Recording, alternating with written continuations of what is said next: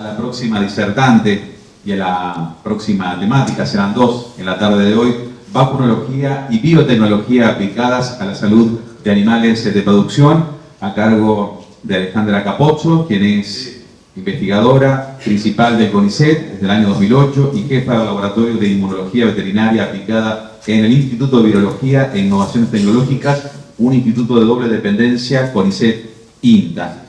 En esta vasta experiencia, la doctora coordina proyectos de investigación sobre enfermedades virales que afectan a la reproducción dentro del Programa Nacional de Salud Animal del INTA y también es vicepresidenta de la Asociación Argentina de Inmunología Veterinaria, miembro del Comité Internacional de Inmunología Veterinaria y directora ejecutiva de la Red Global de Investigaciones en Fiebre Aftosa.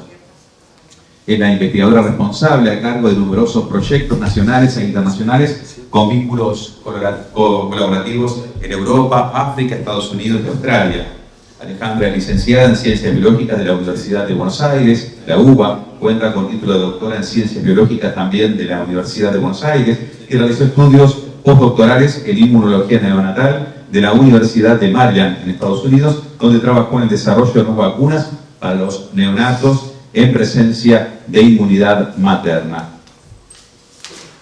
Ella ha intensificado su entrenamiento en inmunología en la Academia Nacional de Medicina de Buenos Aires, enfocada en vacunas génicas y modelos de animales. Trabajó como gerente de desarrollo de mercados para América Latina en Pionix, que es una empresa de Suiza, y como líder de investigación y desarrollo en Biogénesis Vago. La doctora Capozzo ha sido profesora de inmunología en la Escuela de Ciencias Veterinarias de la Universidad de Buenos Aires, de inmunoquímica y microbiología de la Facultad de Ciencias Naturales de la UBA también, y profesora asociada de Ingeniería Genética de la Escuela de Medicina de la Universidad Bailán. Ha publicado más de 40 trabajos de investigación en revistas internacionales con referato y ha dirigido 5 tesis de doctorado y 10 posgrados en ciencias veterinarias. Es coautora de 8 libros de biología y ha desarrollado muchos productos que ahora se comercializan en empresas nacionales e internacionales, entre ellos un biofármaco para COVID-19, kit de diagnóstico y una vacuna contra la neumocrosis bovina. La doctora Capozzo ha obtenido el prestigioso premio Innovar 2015 por desarrollar productos innovadores en el campo de la ciencia aplicada, y les decimos también que ha obtenido el premio 2022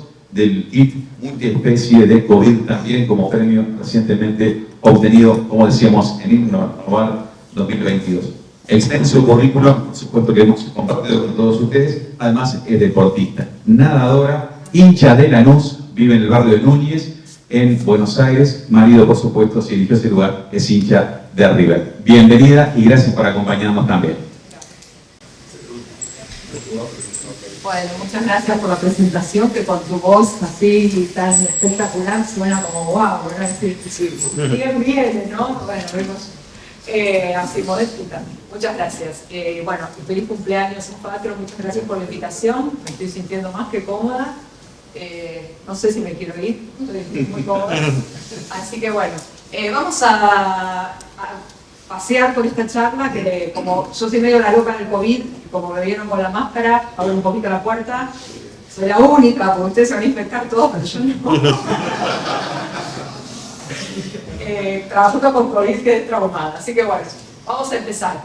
Les cuento que esta charla no tiene nada que ver con lo que vienen charlando, en el sentido de que no es exactamente 100% veterinaria. Estas son las bases de conocimiento actualizadas que ustedes van a poder usar como insumos para pensar después su práctica veterinaria. Y yo no soy veterinaria, así que las mermas, todo eso, pero todo lo que quieran de células y demás, sí, formo veterinarios, ya son 8, no 7, los 5 creo que fue lo que tenía anotado ahí, los doctores en veterinaria que venimos formando en Buenos Aires. Así que bueno, espero que la primera parte va medio rapidito, no me corte porque no terminamos más, pero en la segunda parte la idea es que interaccionemos un poquito más, ¿sí? Así que bueno, vamos a más. Como ven, estas son fotos del laboratorio en donde les mostramos que nosotros hacemos inmunología aplicada. O sea que vamos del laboratorio, pasamos por los modelos animales y transferimos productos para que puedan llegar al campo. Hacemos algunas cosas básicas, pero más que nada hacemos inmunología aplicada. Entonces, en la charla de hoy lo que vamos a hacer es hablar de a qué responde el sistema inmune, cómo se establece la inmunidad adquirida, cuál es el rol de la inmunidad innata, y todo lo que necesitamos saber para hablar el mismo idioma y poder entender cómo funcionan las vacunas, cómo las hacemos, por qué las hacemos, cómo las hacemos, cómo las usan ustedes y por qué funcionan, cómo funcionan. Y a veces por qué no funcionan también.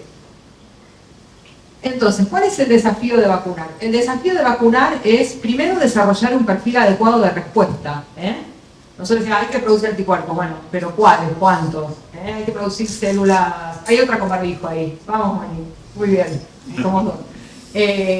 Respuesta inmune para tener protección. Y además tenemos que inducir células de memoria.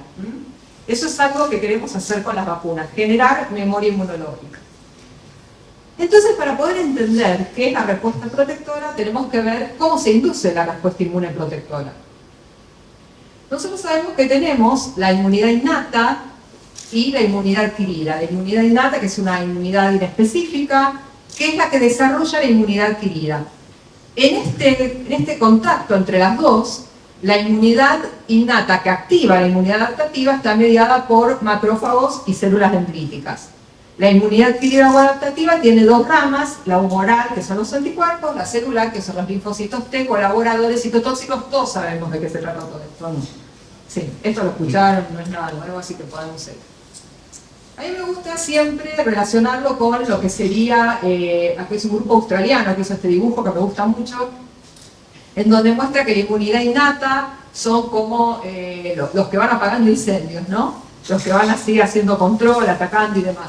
Pero hay un comando, un grupo de tareas que es un poquito más elaborado, en donde juntan información y organizan a estos otros muchachos, que hay acá, son todos hombres estos, pero bueno, que son los de la inmunidad adquirida, que son como un grupo de comando especializado, son los soldados especializados que estos, que son los que juntan información, tienen que elegir a cuál de estos soldados clonan.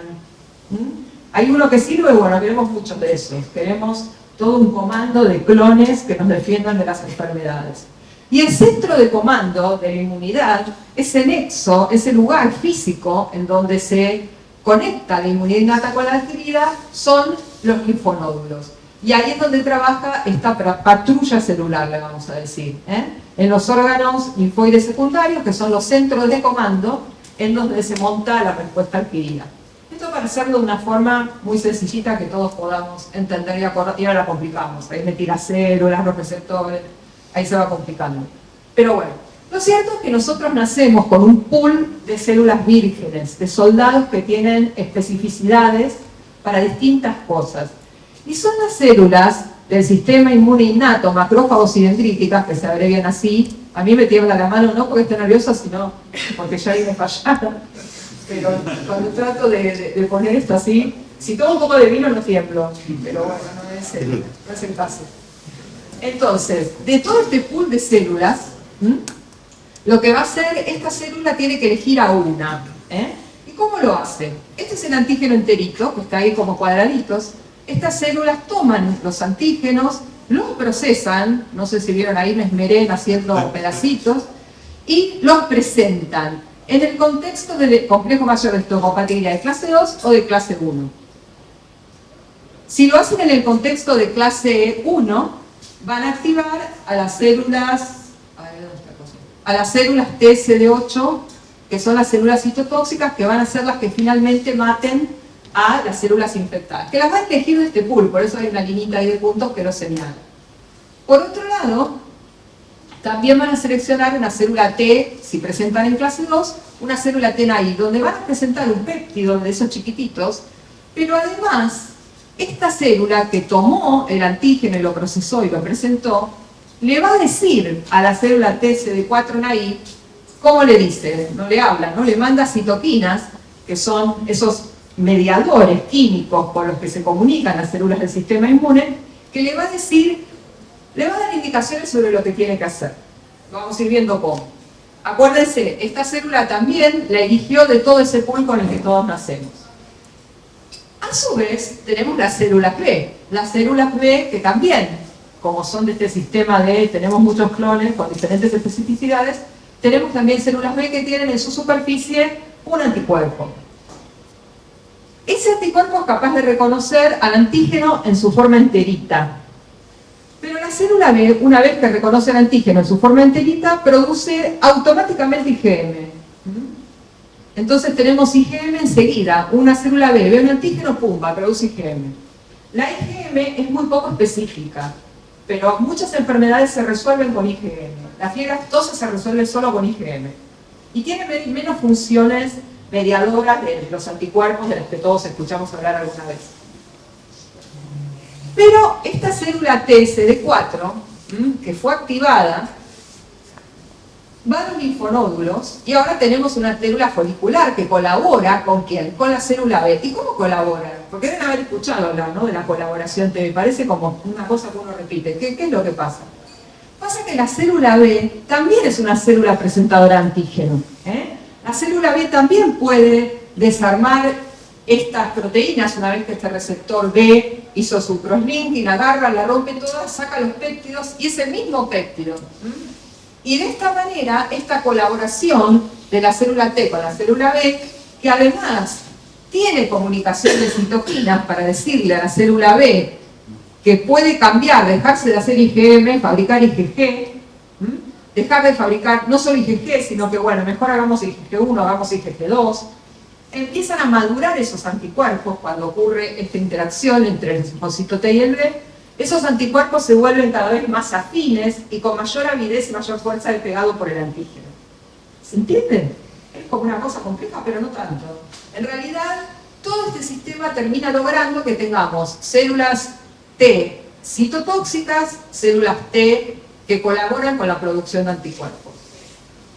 Ahora, para que todo esto pueda ocurrir, la célula presentadora, los macrófagos y dendríticas, tienen que estar activados. Si no están activados, no van a hacer la presentación antigénica y no van a activar a los linfocitos T.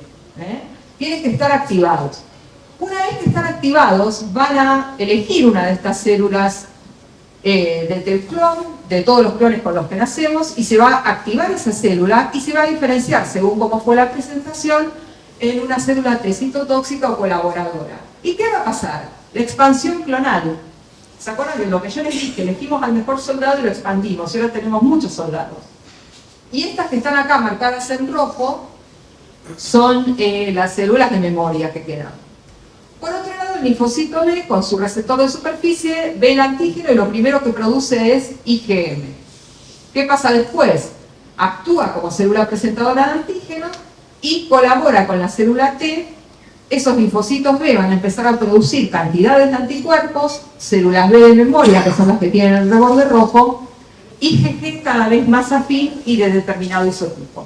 Este es el resumen de todo lo que nos va a servir para después.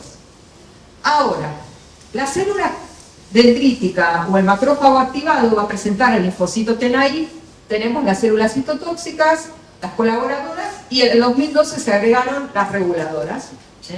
Sobre todo estudiando la respuesta inmune a parásitos, vieron que hay células que deprimen la respuesta inmune. O sea que encima, después de todo este trabajito, no salen estas células y nos deprimen la respuesta inmune. Y esta célula T, esta célula presentadora dendrítico macrófago madura y activada, yo les dije que le decía al linfocito T qué tenía que hacer y cómo diferenciarse. Y para el 2015 se nos complicó la vida un poquito más, porque vimos que en realidad hay un perfil enorme de células colaboradoras según qué señal química recibieron y que van a dar un tipo de respuesta inmune diferente. Fíjense qué importante que es la actividad de esta célula presentadora de antígeno activada para terminar definiendo cómo va a ser la respuesta inmune que se va a desarrollar. Y una vez que ocurre la colaboración TB, qué importante es esta colaboración que va a llevar a que madure la avidez de los anticuerpos, la fuerza de pegado de los anticuerpos al antígeno, por cambios que se producen a nivel genético, de recombinación, mutaciones somáticas. Todo esto ocurre, fíjense, que tenemos una célula T colaboradora, pero solo la tenemos porque antes hubo una dendrítica o macrófago activado. Y eso es un concepto muy importante. Entonces, ¿cuál es el primer concepto? Que para poder tener inmunidad adquirida, las células presentadoras de antígeno tienen que estar activadas. Si no están activadas, no presentan nada. No se inicia la respuesta inmune. Entonces la pregunta es, ¿cómo se activan? porque es lo que tenemos que lograr. Y para eso tenemos que preguntarnos a qué responde el sistema inmune. Y los que estuvieron ayer no contestan, los que no estuvieron ayer en la facultad sí contestan. ¿A qué responde el sistema inmune? ¿No? Es el stand-up abandonado, ¿viste? Querés hablar con él. Había show acá, ahora había show y venía el público. ¿No? ¿A qué responde? A ver, mi niña. A señales de daño. No vale, vos estuviste ayer. A los que no estuvieron ayer. Bueno, todo voy yo, me arruinó el chip. El sistema inmune discrimina entre lo propio y lo no propio. ¿Es verdad o no? Sí. Ataca los antígenos foráneos y es tolerante con lo propio, excepto la enfermedad. Y lo propio, ¿cómo lo definíamos en la facultad? Como los antígenos presentes temprano en la vida cuando el sistema inmune se está desarrollando. ¿Escucharon eso o no? ¿Sí? Bien. Esto es una vieja idea. Es una teoría que no corre más. No va más. ¿Y por qué no va más? Porque empezaron a ver que con esta teoría había cosas que cambiaban y que no contestaban. Lo propio cambia en el tiempo. Si realmente uno aprende todo durante la vida fetal, ¿qué pasa en la pubertad? ¿Qué pasa cuando un animal empieza a producir leche? Proteína que en la vida fetal no estaba. ¿Qué pasa? ¿Por qué no responde contra eso? Si es algo extraño y que no estaba cuando estaba en la vida fetal. Más preguntas que no se contestaban. ¿Por qué no se rechazan tumores? Los tumores producen todo tipo de antígenos rarísimos y sin embargo el sistema inmune no reacciona hasta que el tumor está gigante y va apretujando todos los órganos. ¿Por qué no hay respuesta inmune contra proteínas no propias, excepto que uno le ponga un ayudante? Veían que vacunaban un ratón. Así me sacan la foto, yo soy que después salgo con la boca abierta así. Bueno. ¿Por qué cuando uno le vacuna, por ejemplo, un ratón con ovalbúmina, que es una proteína rarísima para el ratón, ¿sí? Uno le pone ovalbúmina, el ratón no levanta una respuesta inmune contra la ovalbúmina. Ahora se la mezcla con un ayudante y sí. Uno le pone hidróxido de aluminio, sí. Si no, no. ¿Cómo puede ser? Si es totalmente foránea la proteína, no me van a decir que el ratón vio ovalbúmina en la vida fetal. ¿Por qué el sistema inmune no ataca las bacterias del intestino? Nada más raro. Estamos llenos de bacterias en el intestino y el sistema inmune no las toca. ¿Por qué pasa todo eso? Porque en realidad el sistema inmune responde como me spoilea, ¿no? Como dicen los chicos. Responde a señales de daño. Responde a señales de daño internas o externas. ¿Sí? Que algo sea extraño no necesariamente es patógeno. Y que algo sea propio, como un tumor que se nos generó adentro, no necesariamente hay por qué tolerarlo.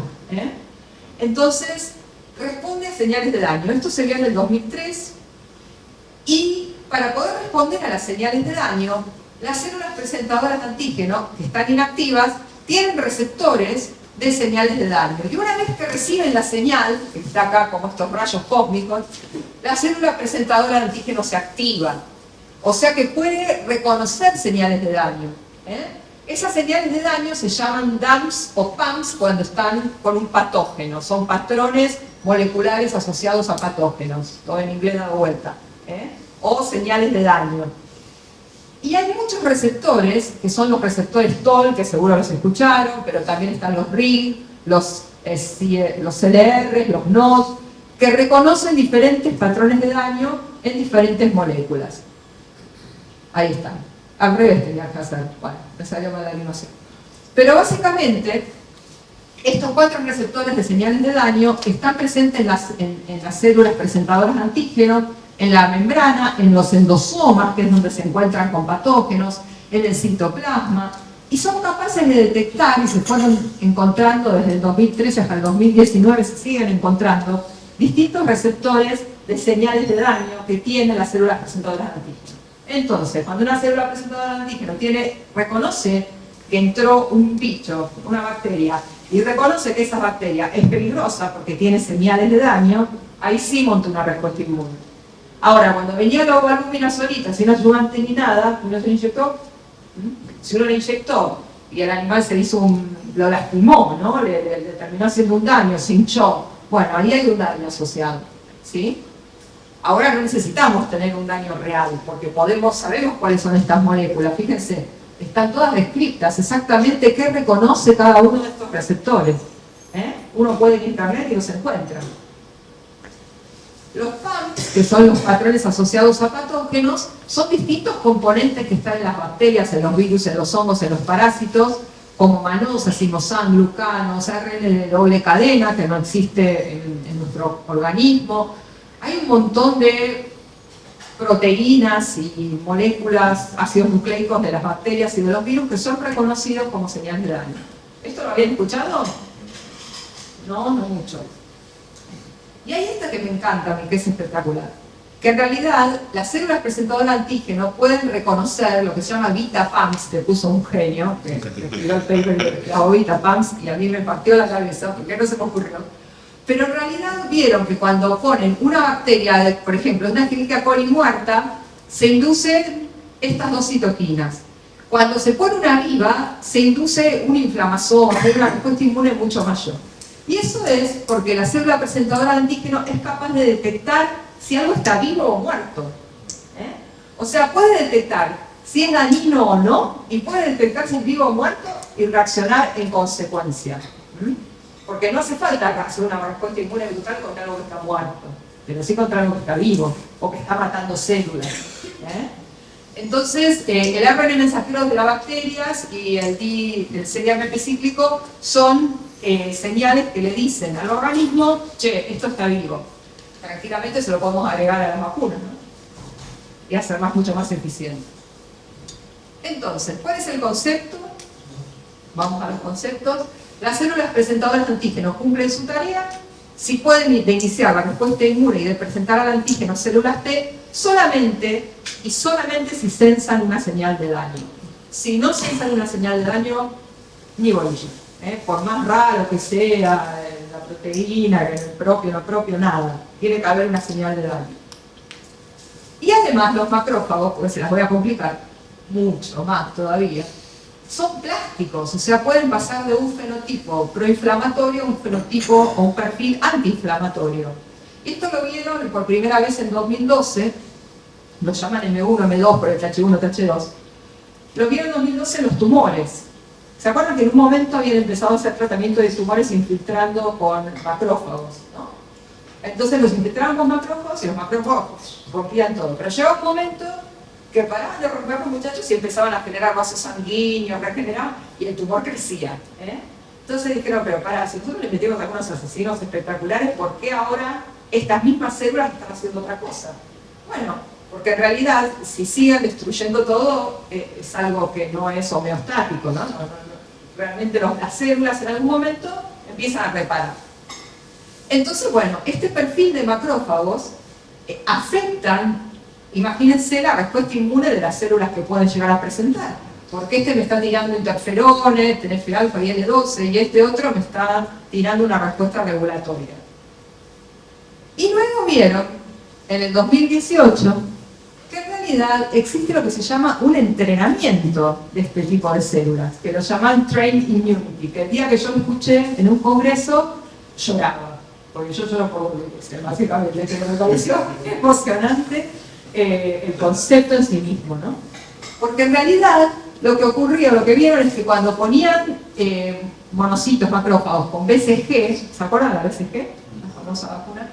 Veían que había cambios en esas células, cambios a nivel epigenético, que tiene que ver con metilaciones o cambios en la forma en que se organizan las histonas, no cambios genéticos en la secuencia, sino cambios epigenéticos, que hacían que estas células luego siguieran respondiendo de la misma manera a otro estímulo. Entonces, de alguna manera dicen, ¿pero qué pasó con estas células? Bueno, fueron entrenadas. Monocitos, macrófagos, dendríticas y NK pueden ser entrenadas para responder de una determinada manera.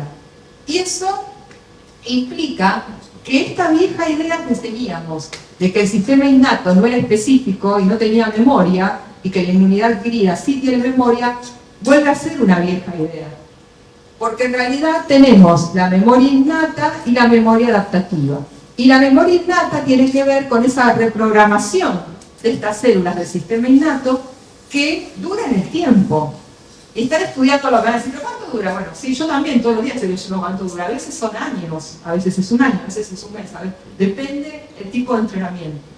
Incluso están viendo ahora que la sepsis se debe a un entrenamiento en tolerancia y que las células, por ejemplo, dejan de responder, quedan congeladas, no responden más. También puede haber una activación, que lo vieron con estudios con cándida, albicans, por ejemplo, tratamiento con beta-glucanos en infecciones bacterianas, en donde estas células quedan entrenadas para estar siempre activas. Y después también hay entrenamientos inmunosupresores, en donde estas células quedan tirando IL-10, así generando una respuesta mucho menos florida, antiinflamatoria. Por lo cual, esto nos agrega un temita más. Y ahora les voy a mostrar unos experimentos que hizo Flor, que es de mi laboratorio.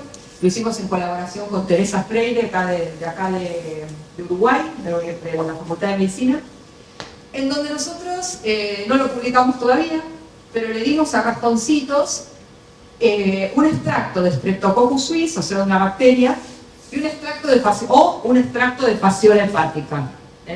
Es un parásito que tiene así un perfil muy inmunorregulado. Le dimos 2 dosis y luego los vacunamos con vacuna antirrábica comercial, que usamos la de Tecnovax, de hecho. Y lo que vimos es que cuando los animalitos vienen pretratados con Streptococcus suis, tienen un aumento importante de la avidez de los anticuerpos. ¿Se acuerdan que yo les dije que la avidez de los anticuerpos era una buena medida de la madurez de la respuesta inmune? De que hubo colaboración TV, de que hubo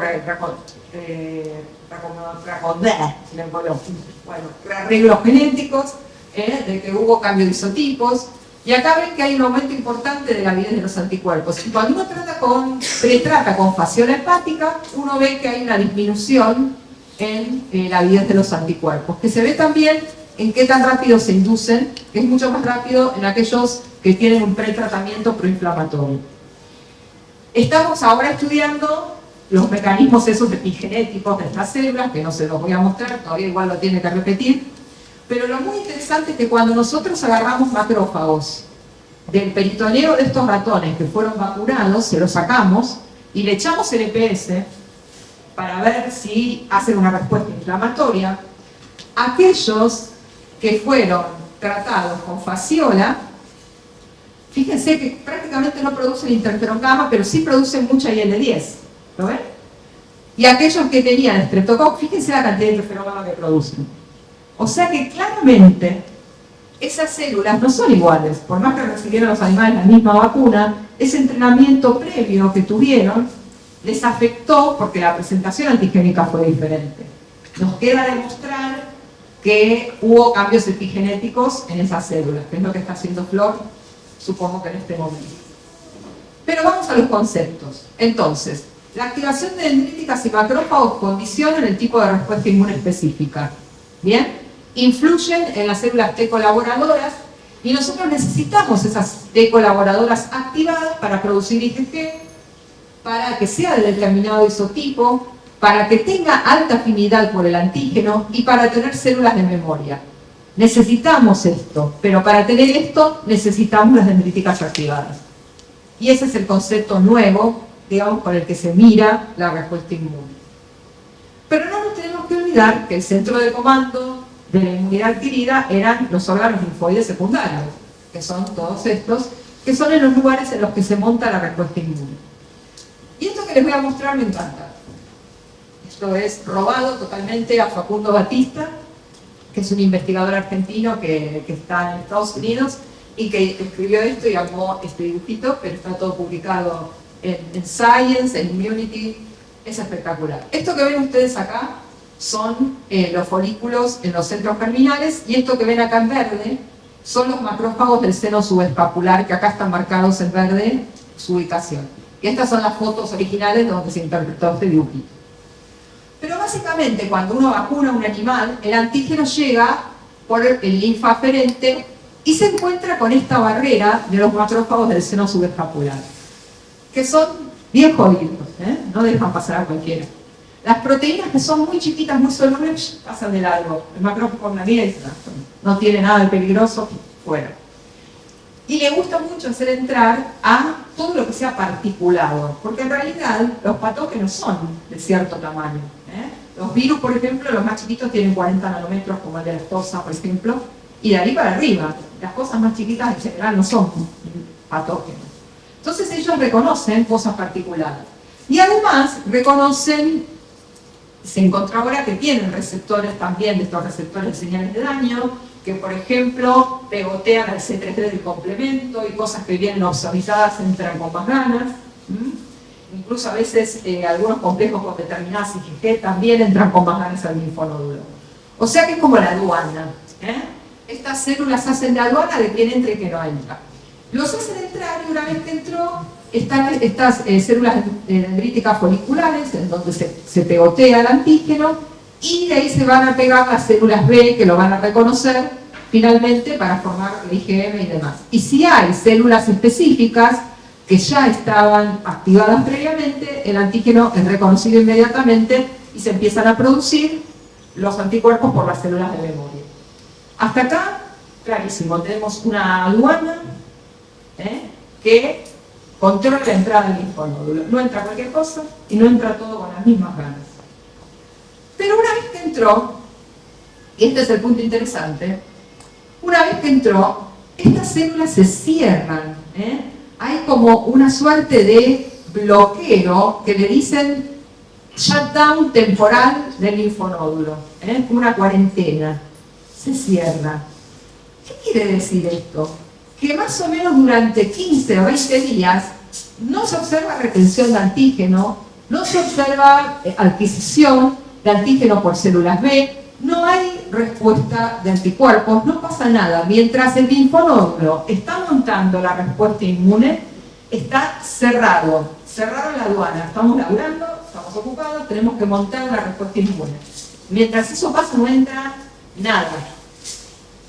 Entonces, vayan pensando qué tiene que ver esto con la forma en que vacunamos, ¿no? Vayan pensando. Para ingresar al linfonódulo, los antígenos y poder montar una respuesta inmune, necesitamos antígenos de determinado tamaño, prefieren las partículas, que sean estables, porque si se me degradó antes de llegar al linfonódulo, no sirve para nada. Tenemos que tener cantidad suficiente, que llegue al linfonódulo para poder activar bien a todas las células. Necesitamos señales de daño, por ejemplo, manosa o moléculas asociadas al antígeno como el C3D. Esto en general funciona mejor porque a la aduana le gusta que lleves algún documento. Entonces, ¿esto significa qué cosa para nuestra vida diaria? Primero que los antígenos tienen que ser particulados y tener alguna señal de tránsito, y que el linfonódulo que estamos montando una respuesta está incapacitado para responder a otro antígeno. Nosotros comprobamos que la calidad del antígeno y que sea intacto es importante. Bueno, esto lo hizo Danilo en la respuesta antiaftosa, también lo hizo Belén con la vacuna BDB de alto título de Tecnovax, asegurándonos la calidad del antígeno, que realmente drena el linfonódulo, que no se degrade. Y bueno, y además, por supuesto, el antígeno va acompañado del adyuvante, que además de darle, como les decía Melina, un tamaño determinado de partícula, que eso es lo que va a ayudar a que entre el linfonódulo, también le podemos incorporar señales de daño a este adyuvante para que mejore las cosas. Estos son los antígenos que se usan en las vacunas actualmente, que acá ya no veo nada, pero los anteojos me acabó me acerco así como ahí está. Entonces estos son los distintos tipos de antígenos que se usan en las vacunas. Acá está la primera vez que se introdujo, si son experimentales o no, y en la parte veterinaria los que se usan son básicamente los virus atenuados, las vacunas muertas, los toxoides, las vacunas a subunidades, recombinantes o extractos. También se usan vacunas vectorizadas, vacunas de ácidos nucleicos, que se usan, no en bovinos, pero se usan. Hay vacunas vectorizadas para aftosa de nueva generación, que son las que vienen. Hay vacunas basadas en partículas virales para aftosa que vienen también, que son como el virus pero que no infectan. Y bueno, y otras tecnologías que se van sumando en los antígenos. Ahora, ya se acabó la cosa básica. Ahora vamos a tratar de aplicar todo esto que les estuve contando en la vacuna y en la vacunación. Vamos a ver. Si yo les pregunto entonces, ¿por qué tenemos que espaciar las dosis de vacuna? ¿Qué me dicen?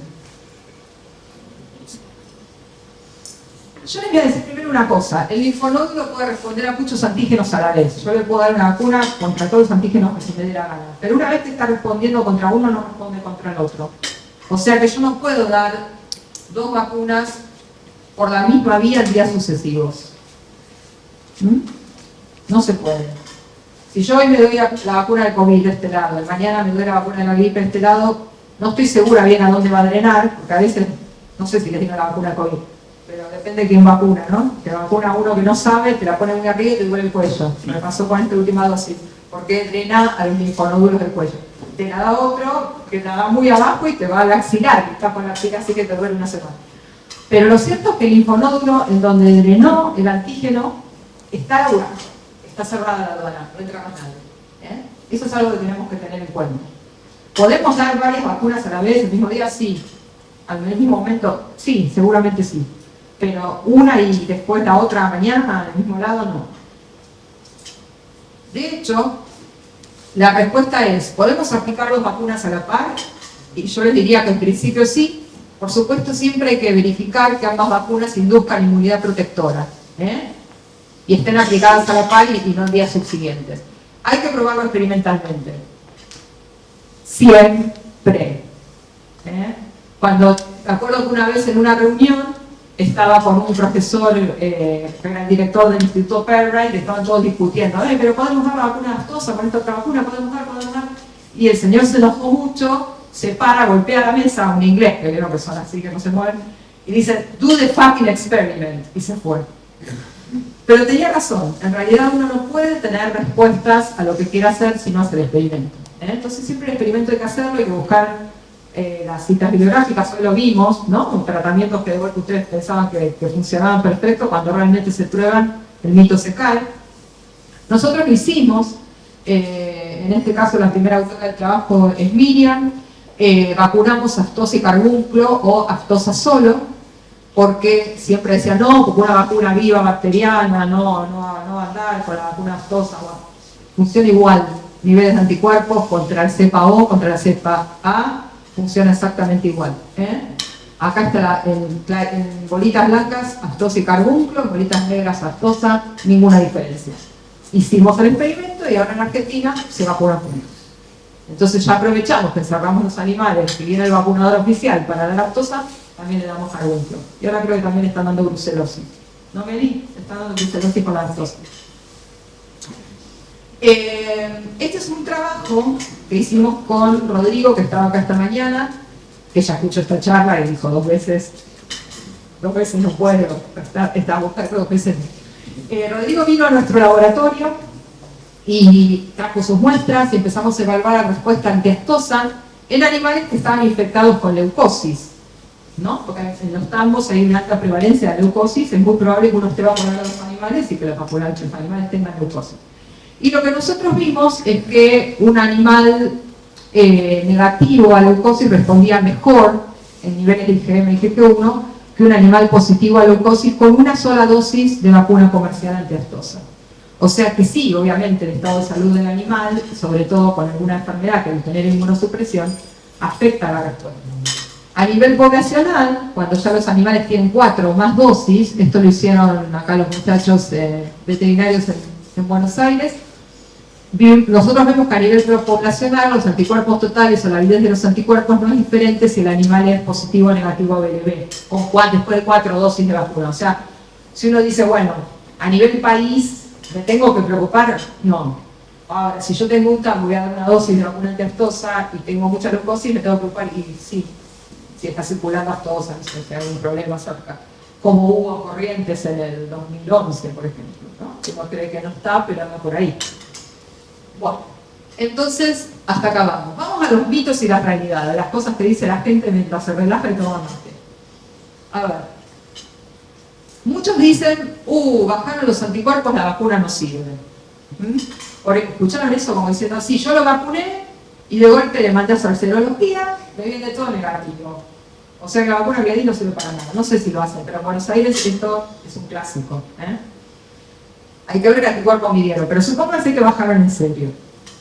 Hicimos este experimento con Catherine en Sudáfrica, en donde vacunamos, dimos 2 dosis de vacuna antiaftosa con cepas de Sudáfrica. Estas son vacunas en las que se había estabilizado el antígeno, no importa. Y este es el punto de corte a partir del cual uno considera que el 75-80% de los animales, si tienen ese valor, están protegidos. Es el punto de corte de aftosa. Para el virus SARS, ¿no? Para cada variante distinta. Entonces, le dimos una dosis, suben los anticuerpos, le damos la segunda dosis, se mantienen y empiezan a bajar. Cuando llegan a este nivel, por abajo del punto de corte, ahí los infectamos. ¿Y qué pasó? No se enfermó ninguno. Pero enseguida, después del desafío, subieron los niveles de anticuerpos, porque por supuesto había células de memoria, mientras que en los animales que no habían sido vacunados y se infectaron y se enfermaron, los anticuerpos tardaron un poco más en subir. ¿Qué quiere decir esto? Que existe la memoria inmunológica. O sea que no necesariamente, y no todas las vacunas funcionan igual, y en algunos casos bajan los niveles de anticuerpos, pero quedan las células de memoria. Pero puede ser que algunos animales se infecten, en el caso este, los animales se infectan, pero no se enferman. Pero se infectan. Con la vacuna antiaftosa, de hecho, se infectan, pero no se enferman. No vemos síntomas. Y acá tenemos estas curvitas que me gustan mucho, que es de un trabajo del año pasado, que un poco salió a analizar la memoria inmune y cómo funcionan las vacunas. Entonces lo que dice fue efectiva. La infección es como un booster, es como si le diéramos una dosis más. Lo podemos pensar así, no es exactamente así, pero se puede pensar de esa manera. Entonces, si el patógeno tiene un periodo largo de incubación, y desde que yo, hola, si me viene a visitar el gato porque la acaricié a la madrugada.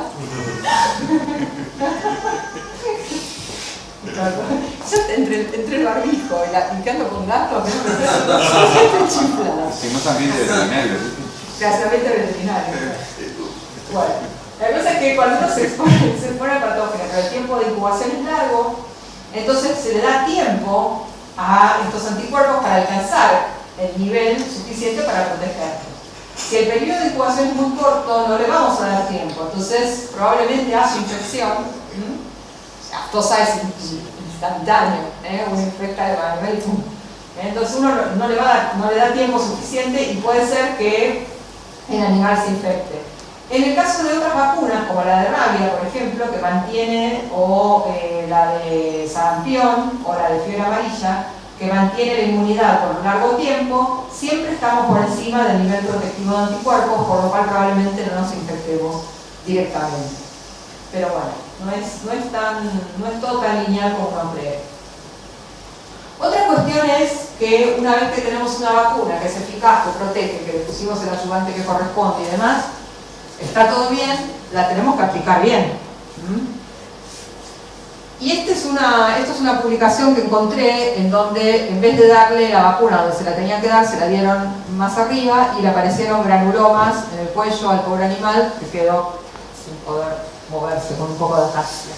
Entonces, bueno, siempre es importante, más allá de que tengamos una vacuna espectacular, aplicarla en el lugar correcto. Además, para facilitarle el drenaje a los linfonódulos y demás. Esto está sacado de internet, lo pueden encontrar en cualquier lado.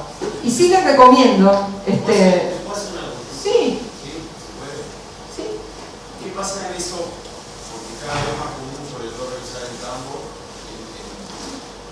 o en tubo de piel de pescado, que tengamos la vaca, solo vacía moratada. Y hay una práctica muy común que es vacunar subcutáneo al costado de la cola.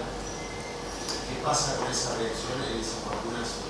Y está bastante desrecomendado, es algo que el fabricante haya hecho la prueba de esa manera. Pero normalmente la prueba se hace en la tabla del cuello. Entonces, en general estará recomendado. Pero hay fabricantes que lo han probado y les funciona igual. Por eso yo siempre digo, pidan la información, hagan el experimento, o no lo van a hacer ustedes, pero busquen el experimento o pregunten al fabricante si lo hizo. Igual ahora cuando terminamos vamos a discutir bien todo esto.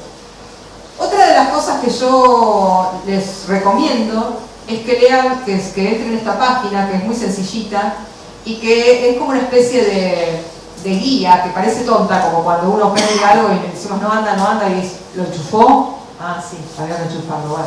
Es del mismo estilo. Pero está bueno porque Habla de el tamaño de la aguja que tenemos que usar, que no la dejemos expuesta al UV, que no la dejemos sin refrigerar, que no dejemos una aguja clavada en la botella. Bueno, pequeñas cosas que hacen que uno vacune correctamente. Y esto está todo en internet, es un sitio que se llama Top Reasons Cattle Vaccine Fail, o sea, las razones más importantes por las que fallan las vacunas para los animales. Y no tiene que ver con la vacuna, tiene que ver con el uso. ¿Se entiende? Incluso esta primera que dice determine el patógeno target, esta es fundamental, porque muchas veces usamos una vacuna que tiene variantes, no sé, de China y la usamos acá y acá circulan otras variantes, ¿no? Por decir algo. Por decir China, que siempre decimos China que queda lejos. Pero bueno, incluso las de la zona pueden ser diferentes. Administrar la dosis adecuada, usar la jeringa, bueno, cambiar las agujas para reducir la irritación, aunque sea cada tanto. Siempre leer, es muy gracioso, pero dice siempre leer la etiqueta. Pequeño detalle, ¿no? Leer la etiqueta. Bueno, nada, los invito a que se entretengan ahí. Y además de las vacunas, además de las vacunas y de los animales, hay que considerar la epidemiología de la enfermedad. Y esto lo vamos a ver mucho en la segunda parte, después que se tomen un café y descansen de mí, con diarrea viral bovina. Pero es medio obvio, pero siempre tenemos que conocer la epidemiología de la enfermedad que vamos a tratar para ver cómo hacemos la vacunación. Otros mitos. Otro viejo mito: los ayudantes oleosos son mejores que los aposos. ¿Lo escucharon ese? Hoy igual ya Medina se despachó con el aposo y ya los convenció. Pero lo deben haber escuchado. No, poner esta que tiene oleoso, esta es fuerte, esta funciona, esta que no puede. Bueno, es un mito. ¿Por qué? Primero, que los ayudantes oleosos, nadie dice que no funcionen, sí funcionan, pero muchas veces tienen efectos secundarios severos. Esto está sacado de un paper, o sea, no lo inventé. Es un granuloma de 25 centímetros, después de dar una vacuna oleosa. Los hay, los sacan, los pesan, yo los he visto, son como un bife horrible. Son más difíciles de inyectar, uno tiene que poner el volumen exacto, a veces se traba, ¿no? Porque son más espesos. Las emulsiones requieren de más equipamiento, que hacen que las vacunas sean más costosas. No están licenciados para uso humano, son aceites minerales que están derivados del petróleo, de hecho. Y acá, esta página me gusta mucho, porque dice: ¿qué es lo que usted tiene que saber para mantenerse seguro cuando usa vacunas oleosas? Y es, ¿qué cuidados tiene que tener el veterinario si se llega a pinchar con una aguja y está aplicando una vacuna oleosa? Es horrible todo lo que alcanza a decir, los problemas que puede traer. Pero mírenlo, si tienen tiempo, dense una vueltita, porque también esto quiere decir que hay que tener mucho cuidado cuando uno está trabajando, aplicando vacunas y demás. Bueno, y estos son granulomas que sacaron en ovejas, que les dieron 19 dosis de vacuna con hidróxido de aluminio. O sea que si dan 19 dosis seguidas en el lapso de un mes de vacuna con hidróxido de aluminio, puede ser que tengan algún granuloma, pero me pareció muy gracioso. Está publicado también. La cuestión es que en realidad el adyuvante tiene que cumplir determinadas funciones, sea acuoso o sea oleoso. Si es acuoso, en general es todo más fácil. Si es oleoso, va a funcionar también en algunos casos, en otros no. Pero básicamente tiene que vehiculizar el antígeno, tiene que asegurar que llegue intacto al ganglio drenante, tiene que generar partículas si es que el antígeno no es suficientemente particulado o si se desarma. Tiene que extraer señales de daño para poder inducir la activación y la maduración de las células presentadoras de antígenos si el antígeno no lo tiene. Puede tener agregados que nos hagan que la respuesta inmune tenga el perfil que queremos. ¿Se acuerdan todo eso que yo les decía? Ya sabemos cuáles son los agonistas, o sea, ¿qué tiene que ver el receptor ese de señal de daño para responder de una manera o de otra? Y nosotros podemos jugar con eso. Podemos poner la señal de daño sin causar daño real. La ponemos y la célula va a responder como queremos. En principio, pues seguro que hace lo que quiera. Entonces la idea es, ¿por qué causar daño real cuando uno puede aportar señales de daño, ¿no? Y es mejor conocer el tamaño de las partículas que inoculamos, y para eso nosotros hicimos un adyuvante nuevo que tiene agonistas, receptores de señales de daño, que le pusimos las letras de mi nombre porque soy muy egocéntrica, pero básicamente es un adyuvante acuoso que genera partículas del tamaño que queremos, que no tiene efectos adversos, y es el que usamos en la vacuna que preguntaban contra la nesporosis bovina con la que está luchando Tecnovax, y nosotros le transferimos el desarrollo, funciona, pero bueno, siempre del desarrollo al comercio hay todo un tema. El adyuvante es buenísimo, de hecho lo probamos comparado con un adyuvante oleoso en vacunas para peces, y este es el nuestro y este es el oleoso, porque Tecnovax también tiene vacunas para peces. Y este es otro experimento que hice hace muchos años, miren acá cuánta juventud, con la vacuna contra leptospira en hámsters. ¿Saben? ¿Viste lo que les contó Melina, que se hace la prueba en hámsters, que es una prueba muy compleja de pasar? Y en realidad las vacunas que tienen adyuvante oleoso dan un porcentaje de eficacia bajísimo, mientras que los acuosos andan, el nuestro anda mejor, pero todos los acuosos andan muy bien. Y eso se debía, después lo empezamos como a estudiar, a que en realidad cuando uno tiene una emulsión agua en aceite, queda la gotita de agua con el antígeno rodeada de aceite. Y de hecho las leptospiras están llenas de proteasas y se autodestruían. Entonces al final como que de la vacuna del antígeno no quedaba nada. Entonces también es importante eso, muchas veces para antígenos que pueden tener muchas proteasas o enzimas que puedan destruir el antígeno o azúcares que se puedan degradar, hay que protegerlo, y a veces estos sistemas de aceite no funcionan tan bien, porque dejan todo el problema encapsulado en una gota. Bueno, nada, esto es un ejemplo nada más de la vacuna de Neospora, pero en el modelo ratón, que es el primer paper que publicó Flor, que fue su tesis, de hecho, todo el desarrollo de la vacuna de Neospora, donde ella comparó el ISCOM, que es un adyuvante muy parecido al nuestro, pero sueco, el nuestro, y hidróxido de aluminio, dio 2 dosis, hizo un desafío porque hay un modelo de infección cerebral de Neospora, y lo que ella vio primero es que el rojo es el nuestro, es el nanoparticulado, funcionan todos muy bien, pero en dosis bajas de antígeno funciona mejor el nuestro, el nivel de anticuerpos. El nuestro producía mucho a nivel de interferón gamma, que es una citokina imprescindible para protección contra Neospora. Y además indujo protección incluso en dosis 10 veces más bajas de antígeno que este adyuvante, que era el adyuvante sueco un poco, que esperábamos que funcionara mejor. Y a este adyuvante nosotros le pusimos unos agonistas de receptores TOL y de CLR para tener este tipo de respuesta, para que tuviera más producción de interferón gamma, para que tuviera más IgG2A que IgG1, para que madurara más la avidez. Lo hicimos a propósito, de esa manera. Y después lo probamos en bovinos. Estos son los 2 trabajos que no les voy a contar porque es larguísimo, pero lo tenemos publicado.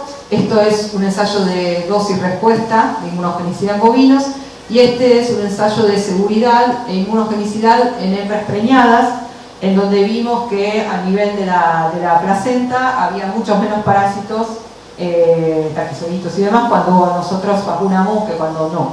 Esto está hecho con pocos animales, porque preñar en hacer infección experimental y todo es implatal, pero bueno, falta la prueba campo, que es lo que decía Mel.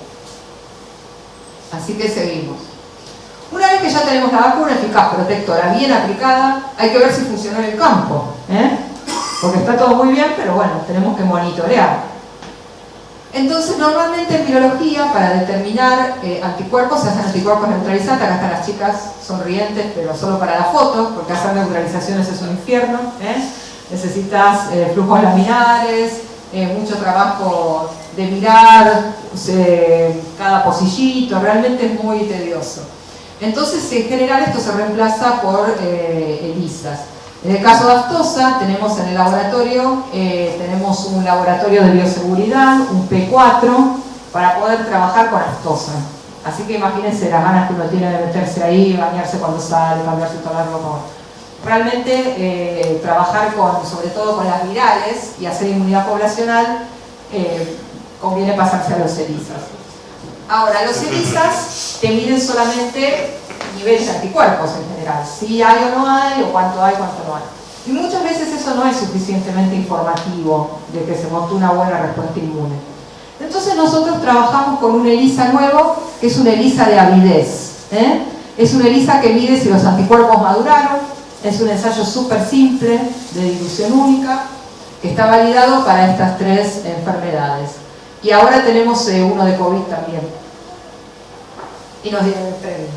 Es el premio Innovar por el de COVID. Una vez que nos peinamos todas, queremos siempre poner la foto ahí, que estamos sonriendo.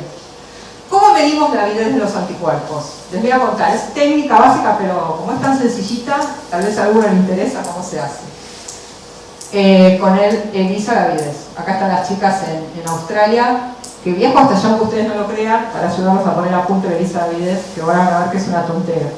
Eso es la viveza porteña de hacer una cosa tonta y que después todos la quieran y viajamos. Bueno, la cuestión es así, les voy a mostrar con el caso de aftosa. Tenemos los pocillitos de la placa de ELISA, acá les dibujo 2 pocillitos, porque para cada muestra vamos a usar 2. En wells duplicados tiramos los anticuerpos y luego vamos a lavar con PVC para despegar todos los anticuerpos no específicos, y el otro pocillito lo lavamos con una solución de urea. ¿Qué hace la urea? La urea va a despegar los anticuerpos que se unieron con menos fuerza. Los anticuerpos se unen a los antígenos no por uniones covalentes, lo hacen con uniones débiles, puentes de hidrógeno, fuerzas de Van der Waals, ¿recuerdan? Interacciones hidrofóbicas y demás. Entonces eso, si uno le pone urea, se rompe. Y los que están pegados con más fuerza, según la cantidad de urea que uno use, esos quedan pegados. A ver si ahora me sale la animación. Ahí la ve esa, y ahora sacamos a los que se pegaron de él. Ahí está. Parece listo.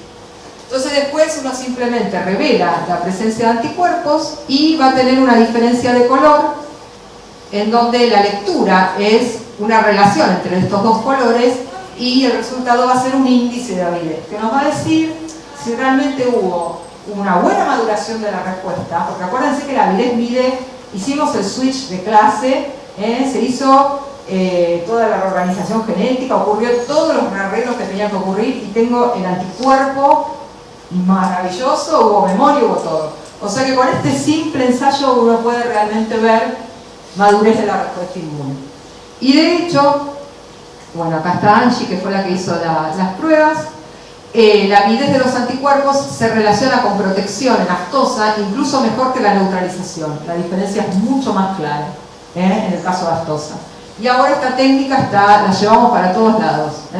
La desarrollamos nosotros, la transferimos a Sudáfrica, Australia, Alemania, al laboratorio de referencia en Reino Unido y también a Estados Unidos. Una técnica hiper sencilla, pero bueno, como la fiebre aftosa es una enfermedad de países, los países endémicos son países pobres, de hecho la gran tecnología no les sirve porque se les corta la luz, porque tienen problemas de provisión. En cambio esta técnica les funciona perfecto. Entonces, ¿cuáles son los desafíos de la vacunología veterinaria? Esto significa que voy terminando. Necesitamos vacunas económicas. Es muy importante el costo en las vacunas veterinarias, porque si el costo es muy grande, el productor no la utiliza. Pero podemos mejorar los adyuvantes, podemos utilizar inmunomoduladores, podemos lograr que se conformen partículas estables. Hay nuevas tecnologías basadas en BLPs que yo creo que van a reemplazar, no muy lejos en el tiempo, a las vacunas inactivadas, sobre todo para virales. Las vacunas génicas ADN nunca prosperaron mucho para bovinos, sí para otras especies, yo creo que eso ya se va a dejar de usar. Las vectorizadas puede ser que empiecen a usarse, tampoco funcionaron del todo bien, hay una para aftosa. Las vacunas de RNA mensajero, como la que se empezó a usar de Pfizer y Moderna para COVID, todavía son muy costosas para los animales, sobre todo en nuestra región. Pero bueno, hay algunos avances en cerdos, hay unos papers nuevos de pseudorabia y de rabia donde están mostrando que funcionan y muy bien. Y a nivel básico nos faltan más conocimientos para el que tenga ganas de sumarse a la academia a estudiar un poco. La inmunidad entrenada en animales de producción, esa inmunidad innata, cómo se entrenan, cómo responden realmente las células de los animales de producción. Se sabe mucho de humano, de ratón, pero menos de animales de producción. ¿Qué rol tienen las enfermedades inmunosupresoras en la eficacia de las vacunas? ¿Cómo afectan las enfermedades inmunosupresoras en la eficacia de las vacunas que usamos? Necesitamos herramientas para evaluar las vacunas comerciales evitando el desafío. Basta de infectar animales para probar vacunas. Ya estamos en el siglo XXI, tenemos que tener estrategias mucho más creativas para evaluar vacunas sin tener que maltratar animales y desarrollar métodos sencillos para establecer la eficacia vacunal a campo, que es muy importante. ver si las vacunas que usamos funcionan.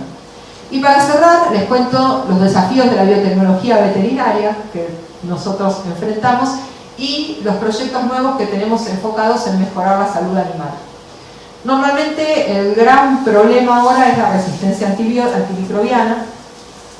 Patro puede seguir vendiendo antibióticos igual, pero bueno, se están tratando de buscar alternativas de antibióticos para evitar el surgimiento de cepas multiresistentes. Trabajando siempre en el concepto de una sola salud, ¿no? Hay que desarrollar alternativas que se basen en este concepto, que hoy también lo comentaron desde Patro, que es una de sus banderas, esto de la salud del hombre relacionada con la de las personas y el medio ambiente, como una sola cosa. La COVID lo dejó clarísimo, ¿no? Una enfermedad zoonótica que nos volvió locos a todos. Estamos desarrollando nuevos antimicrobianos, tenemos endolicinas recombinantes para combatir la mastitis causada por Staphylococcus aureus, hicimos una startup con mi amiguita, que es más peticita. Tenemos esta que se llama Novel Biotic. Estas endolicinas las producimos de forma recombinante y están funcionando muy bien. Por ahora estuvimos buscando inversores, que estamos asociados a otra empresa. Y después tenemos otro desarrollo que es muy lindo, que son los antivirales inmunológicos, donde usamos interferón lambda recombinante. El interferón lambda funciona solo a nivel de las mucosas, uno lo da por vía sistémica, pero funciona solo a nivel de las mucosas. Y nosotros demostramos, acá las chicas, que protege contra la infección por el virus de la diarrea viral bovina. O sea, les inoculamos virus a animales que habían sido tratados con interferón y no se infectaron. Por lo cual nosotros apostamos a que este tipo de tratamiento pueden llegar a ser muy interesante para cubrir el periodo ventana que nos queda desde que damos la vacuna hasta que la vacuna empieza a funcionar, que para algunas es bastante largo. O para prevenir virosis, porque los virus, ustedes dicen, ¿pero qué tiene que ver los antimicrobianos con los virus? Los virus predisponen a infecciones bacterianas. Y muchas veces el virus ni nos damos cuenta que infectó, pasó BDB, quedó inmunosuprimido y se agarró, no sé, moraxella, qué sé yo, cualquier bacteria. Y la culpa la tiene el virus. Entonces, muchas veces hay que evitar la infección viral para no tener la infección bacteriana, y ese es el concepto. Y dicho esto, simplemente quiero agradecerles de parte de todo el equipo, ahí todos vestidos de blanco y sonrientes, que estamos en Buenos Aires. Les dejo acá mi mail por si tienen alguna consulta o duda. Nosotros estamos en el laboratorio de Inmunología Veterinaria Aplicada, que es un laboratorio de doble dependencia del CONICET, que es la Comisión Nacional de Investigaciones de la carrera que yo estoy haciendo. Yo soy de la carrera de investigador de CONICET, y el INTA, que viene a ser como el INIA acá, que está más relacionado con la parte agropecuaria. Así que bueno, dicho esto, termino. Muchas gracias.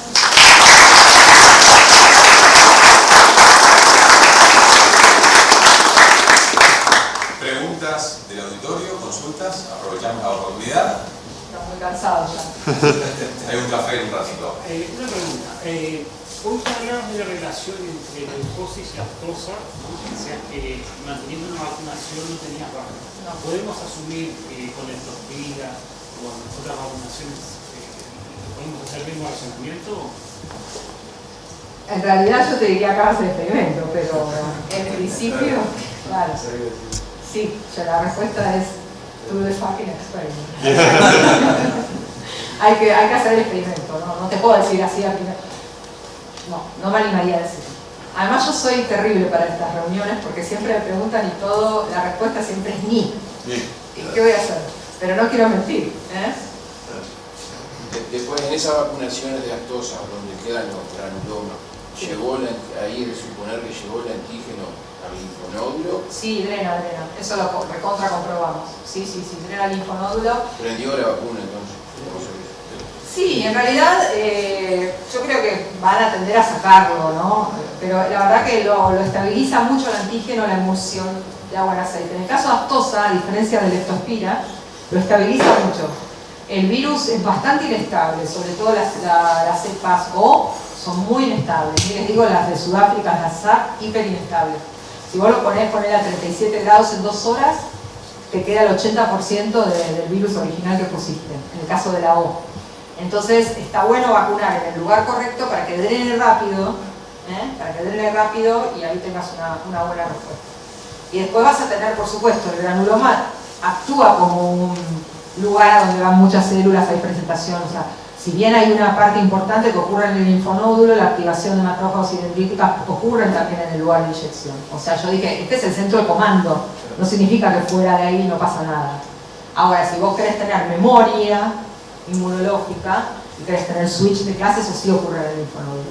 ¿Entienden? Por eso yo dibujaba la célula y después le hacía entrar con una flecha, como para que ustedes vean que hay cosas que pasan por fuera también.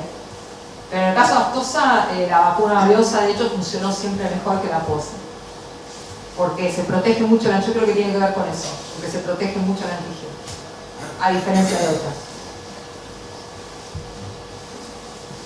¿Alguna otra pregunta? Sí. Pero, a ver, pero en el caso del antígeno cuando entraba al linfonódulo Sí. y se bloqueaba la respuesta por 21 días. Para el caso de las vacunas polivalentes, ¿cómo funciona eso? No, la capacidad de respuesta del linfonódulo es infinita, o sea, vos si entran los antígenos todos a la vez, va a estar abierto y va a responder.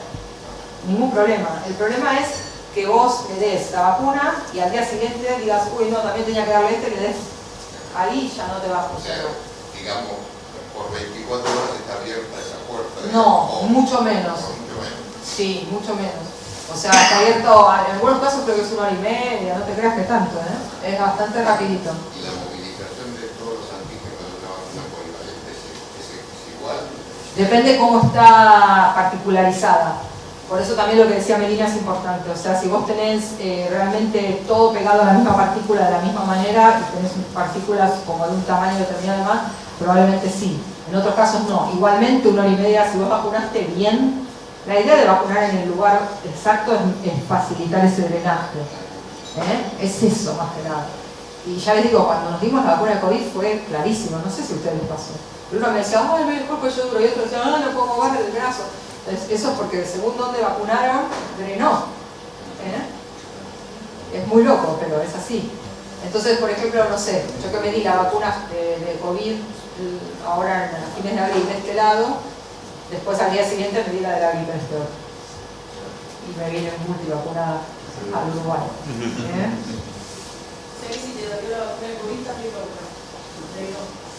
no, lo del dolor depende de la mano de la persona que te vacunó. Pero viste que empezó a vacunar cualquiera. No sé si notaron, ¿no? Que venía así como un robot. Pero bueno, claramente no, yo me di cuenta la última vez que lo puso muy arriba y le dije, estás un poco alto. Me dice, está bien. Y después se me el cuello, así que no me puedo mover. Pero bueno, iban a dar y respiraba de un solo lado.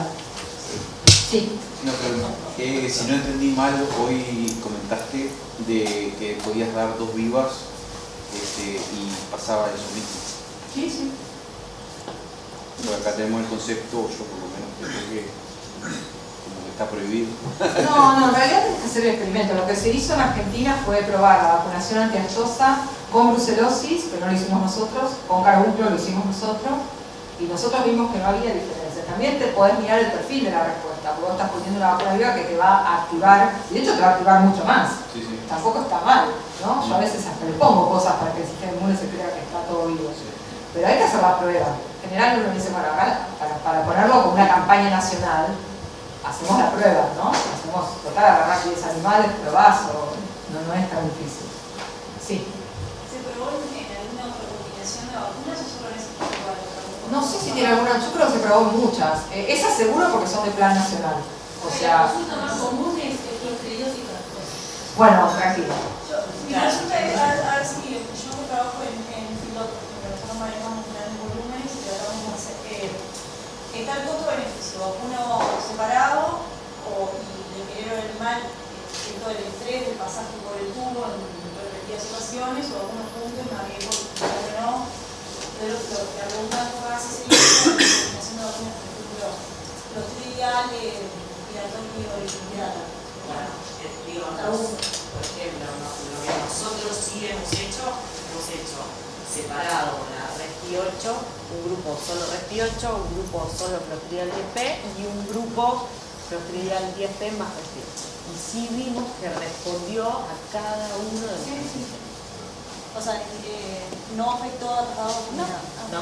Es que un poco, pero por eso yo te digo, si uno lo tiene que pensar a priori, va a decir, a ver, respuesta sí, o sea, la respuesta va a estar. Ahora, yo como científica le tengo que decir hacer el experimento. Pero lo cierto es que sí, lo más probable es que el linfonódulo tiene capacidad de responder a un montón de antígenos. Y si querés también, en el mismo día, si tenés muchas, podés hacer de los dos lados y van a tener a lugares diferentes también. O sea, y lo único que ya ese cogote te queda inutilizado. También es verdad que, digo, con cuantas más cosas vos incluyes al sistema inmune, también es como que te acercás un poco a la seguridad frente a una reacción no deseada. Digo, si le pones 3 vacunas más un mineral más un antiparasitario, digo, bueno, no, obvio, eso. Es una cuestión de seguridad. Tampoco más ¿no? Tampoco, pero bueno. O sea, la respuesta oficial mía es, fíjate si está hecho el experimento. Por aquí hay otra pregunta. Sí. Con respecto al mito número 1 que dijiste, que si no hay anticuerpos en sangre, la vacuna no funcionó. ¿Aplica para las vacunas de leptospira, no importando que serovariedad? Sí, aplica para cualquiera. Porque es común que pidan, ¿viste?, una serología después de vacunar y no dan anticuerpos altos y dicen, ay, la vacuna no prendió. Bueno, depende cuánto tiempo. O sea, todas las vacunas tienen que tener una curva dosis-respuesta que vos la podés pedir al productor. De hecho, deberías, porque en el dossier de registro la curva de respuesta existe. Sí, igual, perdón, el caso particular de la leptospira, digo, si la serología se hace por más. Claro, no estamos midiendo cosas distintas. No es la forma de evaluar la potencia de la vacuna. Pero sí la protección del animal, si el animal está protegido o no. No, formar no es la forma. Formar, o sea, es una técnica que se desarrolló para diagnosticar infección. Ahí sí, digo, se pueden evaluar vacunas, pero son otros títulos, porque tienen que ser títulos mucho más, son títulos más sensibles. No es una técnica para evaluar la efectividad de una vacuna. Tal vez el concepto es que la serología no es una técnica. Claro.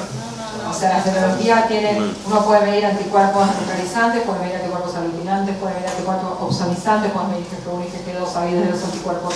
Entonces, uno tiene que, y también qué antígeno se usó, cómo se hizo la técnica, ¿no? Las técnicas estas que son más de aglutinación visuales, a mí no me gustan ni un poquito, porque se puede a señora que tiene el ojo, ¿viste? Están todos compartidos mirando a ver qué da. A mí no me gustan más las técnicas que te dan una evaluación numérica, que vos podés, de hecho, comparar de un laboratorio al otro. Así que, bueno, nada, eso también, con la parte del concepto es serología, bueno, ¿qué es serología? ¿Qué estamos midiendo? ¿Contra qué variante serovar o de qué manera? ¿Con qué técnica? Eso es un concepto en general. Porque a veces te pasa, te dicen, qué sé yo, no sé, por decirte algo, midieron anticuerpos contra P80, que es o NS3, que es una proteína no estructural de BDB, que es muy útil para medir infección. Y a veces las vacunas no dan respuesta contra NS3, a veces no la dan, porque según cómo está purificado, como no es algo que va en la partícula viral, sino que el virus lo produce cuando infecta, a veces tiene muy poquita esa proteína la vacuna y no genera una respuesta. Dice, no dio ningún anticuerpo. Dice, ¿pero qué mediste? Y P80. Y bueno, no, medí contra la proteína del virus, contra la E2, la que se expone. Bueno. Y sin embargo, el que lo mire se convence. Pero hay curvas de anticuerpos. O sea, lo que yo te decía es, no está mal pedirle al que hace la vacuna, lo siento, pero yo siempre digo eso, o buscar los trabajos científicos que respaldan esa vacuna, en donde te muestre la curva. Entonces vos sabes, después de tanto tiempo, medidos de tal manera, yo tengo que estar en este nivel de anticuerpos, más o menos. Poblacionalmente, tal vez un animal no respondió, sí, las vacunas son herramientas poblacionales, no son herramientas individuales. No es el antibiótico porque te infectaste, sino que es una medida poblacional. Pero yo los animo a ir y buscar bibliografía o a pedirla y a revisar un poco más cuál es la respuesta de la vacuna que están usando, qué publicaciones hay, todas estas cosas, viste, los sitios donde te guían un poco de cómo vacunar, qué riesgos tiene. Me parece que son pequeñas cosas que uno puede hacer y mejorar el trabajo diario. Para nosotros como científicos tal vez no damos todas las respuestas, tal vez, qué sé yo, Medina, que está más en el trabajo de campo, sabe más qué cosas te hacen habitualmente en un laboratorio de diagnóstico o qué información te dan, que yo tal vez no sé. Pero siempre hay alguien a quien preguntarle. A mí me divierten estas cosas básicas. Sí. En el ensayo que hacía para buscar respuesta inmune entre una bacteria y Saguaype. ¿Una bacteria ahí? Fasciola. Ah, y fasciola. Sí, como si era comparable lo que era bacteria con el parásito, o hay relación directa que los animales que están parasitados por Saguaype tienen menos respuesta inmune en la Y ahí vamos. Lo que pasa es que vos, para empezar a estudiar cuál es el efecto de vacunas en animales que están infectados con fasciola, tenés que empezar un poco a entender cómo fasciola regula la respuesta inmune. Pero ahí vamos. Estamos, de hecho, empezando una colaboración con Teresa. Ahí tiene una, levante la mano, Mónica, ahí está. Estamos haciendo una colaboración y ella tiene su tesis, está estudiando cómo afecta la infección con fasciola, la respuesta inmune a las vacunas que normalmente se usan en veterinaria. Y eso se está estudiando acá mismo en Uruguay. Nosotros colaboramos, o sea, y este trabajo que hicimos era como un acercamiento preliminar de decir, si yo un ratón lo trato con extracto de fasciola, me responde distinto, me responde menos. Bueno, algo está pasando, ¿no? Y ahí tenemos que seguir trabajando. ¿Algo más? ¿Más preguntas? Sí. Si no entendí mal, te dijo que si yo, por ejemplo, por X razón me llegaba de aplicar una vacuna el día que hice otra vacunación, tengo que esperar por lo menos unos 15 días para volver a vacunar con cualquier otra vacuna. Por la misma vía. Ah. Sí. Y si tenés una enfermedad, una infección, normalmente vos tenés muchos linfonódulos respondiendo. Cuando estás infectado, probablemente estén imposibilitados de encontrar una respuesta inmune contra otra cosa. Por eso siempre te decían, no, si estás enfermo, no te sentís muy bien, no te vacunes, ¿no? Y ahora se sabe por qué, básicamente. Porque decían, no, es que no estás inmunocompetente. Sí, siempre estás inmunocompetente. O sea, no te pasa eso otra cosa. Más preguntas. ¿Les parece si hacemos una pausa? Compartimos un café, un momento para nuevamente volver a charlar, pasar un rato con ellos, después volvemos a la última conferencia.